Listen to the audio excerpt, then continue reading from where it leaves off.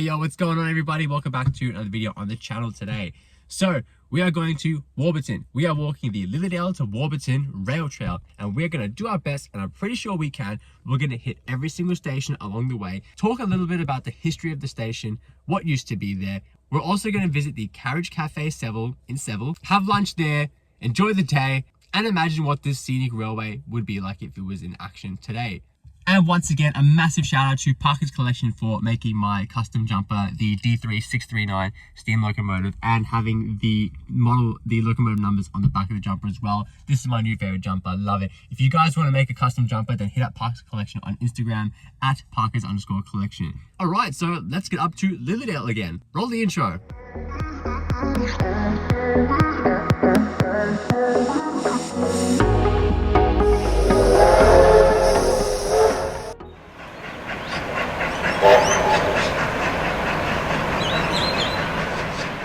The Warburton branch line was opened from 1901 to 1965, spanning 37 kilometres. The Warburton line branches off from Lilydale, which also continues onwards to Healesville. Passenger and goods trains travelled up and down the Upper Yarra Valley, such as goods trains with livestock and services to the sawmills. The line was originally planned to be a narrow gauge line, such as the PBR, but was last minute changed to broad gauge. Had the line survived today as a tourist railway, it very much would have reflected the Puffing Billy Railway as the train climbs through the hills at the 1 in 40 grade with a very scenic railway.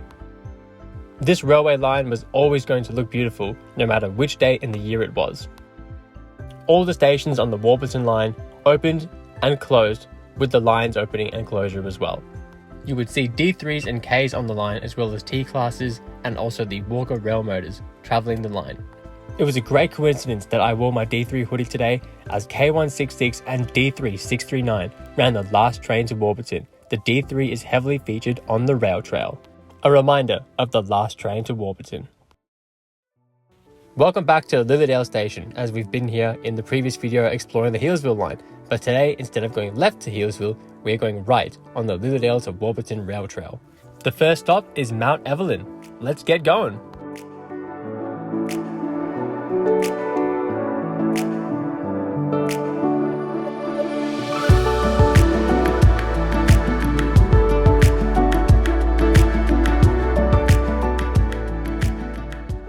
Mount Evelyn Station opened in 1901 and closed in 1965. This was the first station on the Warburton line. This station originally had one platform and 3 tracks. The station was originally named Lilydale. It was then changed again to Evelyn in 1907. The mount was added in 1919, hoping to bring in more tourism and holiday people to the area. Here on the platform on the retaining wall, you can see wheels of a steam locomotive and information about some of the things about Warburton and the railway line. One of the boards even talks about the royal train that had come to the area with Queen Elizabeth on board. Just before the station platform is a barbecue area, a gazebo, and some old Victorian buildings. Still standing and still in use is the station master's house, which is now a community room. That's pretty cool to see. And this is just looking down through the cutting and the embankments back towards Lilydale. And still standing is still remnants of the original station platform, which would have spanned quite a long way. Pretty cool to see that still there. Alright, off to the second station. We are heading to Wandin.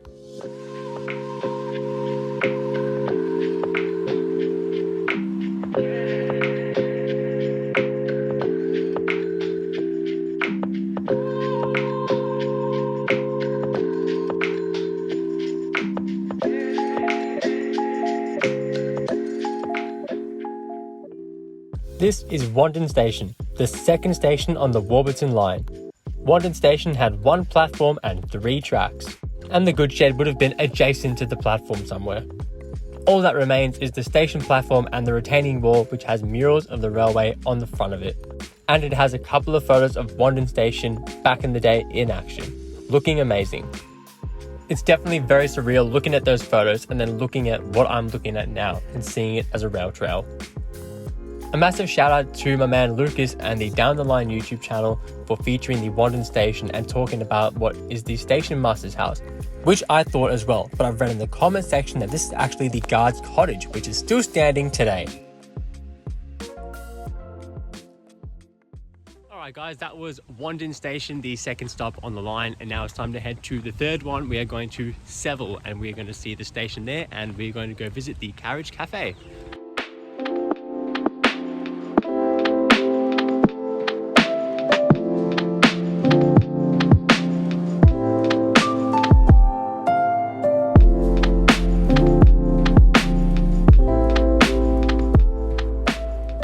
This is Seville Station, another one of the stations which opened on the 13th of November in 1901 and closed on the 1st of August 1965. There's not too much to see here except the station name on top of the platform itself and the retaining wall. But there are a couple of benches to sit down and take a break while you do the rail trail. Seville Station is definitely a very nice one and a very foresty, feel-good feeling to it. But now it's time to head to the Carriage Cafe Seville.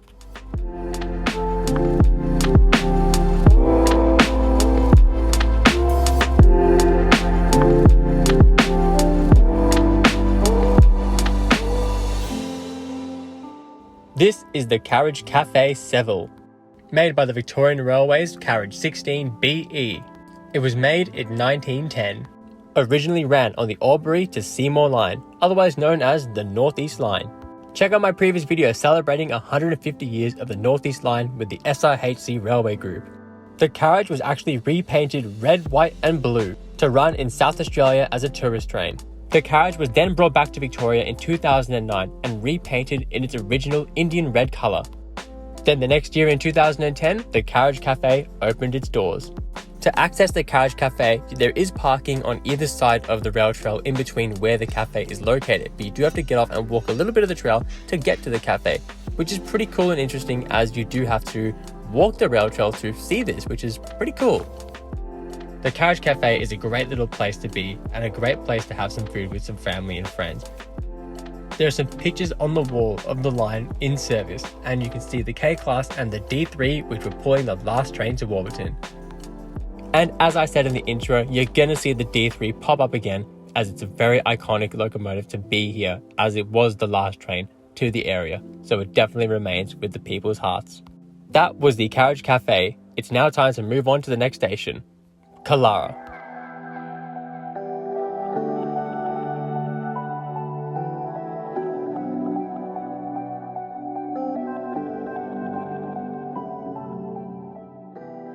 This is Killara Station, the fourth station on the Warburton line.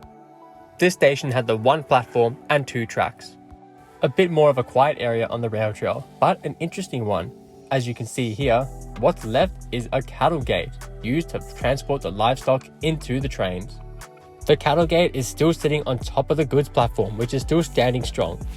That front gate is also still standing at Yering Station, and I covered this in exploring the abandoned Healesville line video that I did put out, but I didn't know at the time that it was actually the front gate for this cattle gate. But I know it now, and it's pretty cool knowing that both of the lines extending from Lilydale each have their own cattle gate still standing. Just a little bit past the down end of the station is a telephone post still standing tall. It's here that we are reminded of the scenic journey that the railway once took through to Warburton. Alright, that was Killara Station. Let's move on to the next one, which is Woori Yallock Station. Let's go.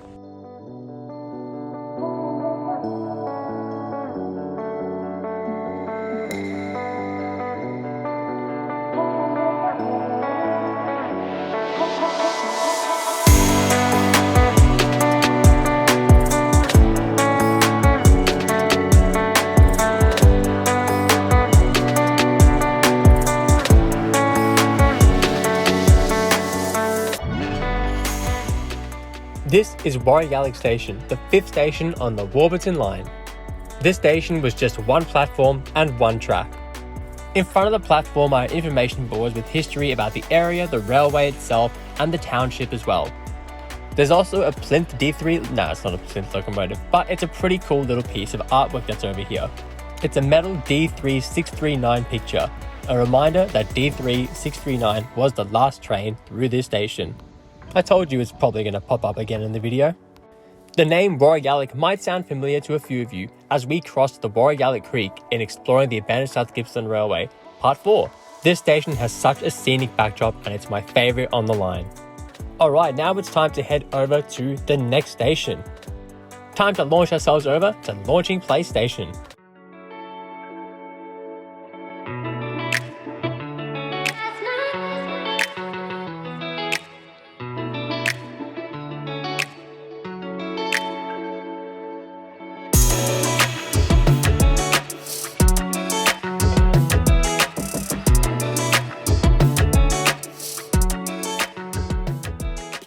This is the 6th station on the line.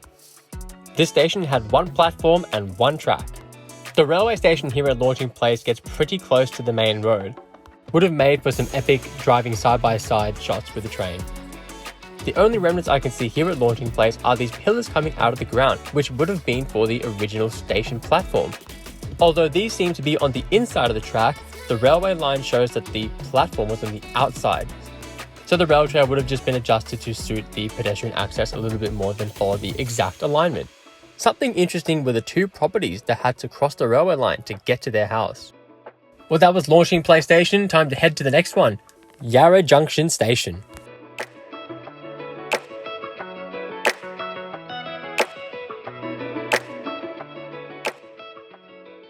This is Yarra Junction Station, otherwise known as the Upper Yarra Museum. Unfortunately closed on the day that I chose to go. It was open the next day on Sunday, but just having a quick look at the front to see what was left and have a look at the station. Sitting out the front is some of the track, and on top of that is a Z-Class guards van. Pretty cool to see, wasn't expecting to see this today. To be honest, I didn't even realize there was a whole museum I could have had a look at. Other things you'll see at the front here are the names of sidings, some bridges, and you'll also see equipment used in the tramways. We'll dive more into that when we come back here next time. At the front is also an old semaphore signal. That's pretty cool that they've still got that standing. And not too much further down, next to the skate park, is the goods shed, sitting well. Really cool to see a lot of the Victorian Railway's history of this line and this railway preserved and remembered. So I'm just very happy to see all of this stuff here. Right, so here at Yarra Junction, because it's closed, I'm definitely going to come back and do this place on another day, which is the Upper Yarra Museum. So we'll definitely do that another day. But for now, we're going to head to the last stop on the line. We're going to Warburton Station. Let's go.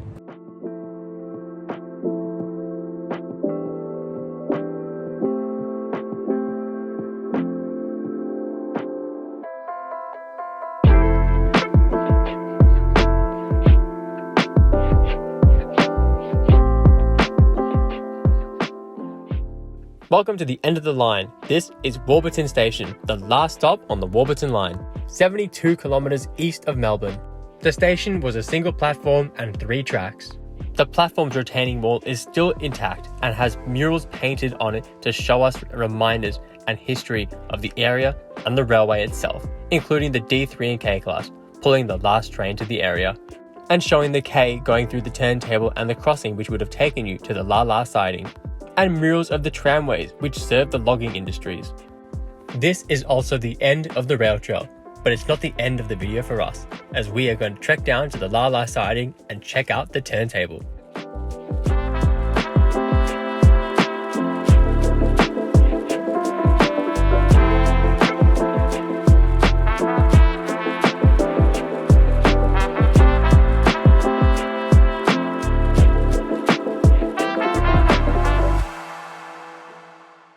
This is the turntable at the La siding. The turntable was recently dug up and got out of the ground properly, as it was really covered in bushes and you could not see it at all. But thanks to the preservationists that have dug this turntable up, it's great to see this history still being remembered and still being preserved. So thank you guys so much for doing that. On the 3rd of May in 1909, to provide better access and better facilities for the mills, the railway tracks were extended from Warburton out here to the La siding and to the turntable. It's still pretty bizarre seeing a turntable just buried in the ground and forgotten about. A piece of iconic railway equipment and, history just lays here behind the sports centre, behind the cricket ground, and, it's just sad to see, but it's also great to see it still here and dug up and preserved. Crazy how this view once took you all the way back to Melbourne City. That was the Lilydale to Warburton rail trail. Pretty good adventure, there's lots to see. Definitely great for a bike ride, and it's great to see the rail lines being used and not being just destroyed and having properties planted over them, properties dropped on top of them, and we can still retrace the steps even as a rail trail. I think that's still a good thing. and it was great to see the turntable as well. Now I'm about to head home. I'm just chilling out by the creek here next to sort of where the turntable is behind the sports centre, where the cricket ground is. So yeah, if you did like the video today, give us a like, comment below, leave a thumbs up. It really helps. I've been doing these videos for just over a year now, and I'm pretty happy with what I've been able to do in this short time as a new rail fan to the VR. And thanks to all you guys for your likes and support. I really appreciate it, and it's great to meet so many of you and got to make some great friends along the way. You guys know who you are. And thanks again to Parks Collection for the wonderful jumpers as always. You guys are the best. Anyway, we'll see you in the next video. Take care and peace.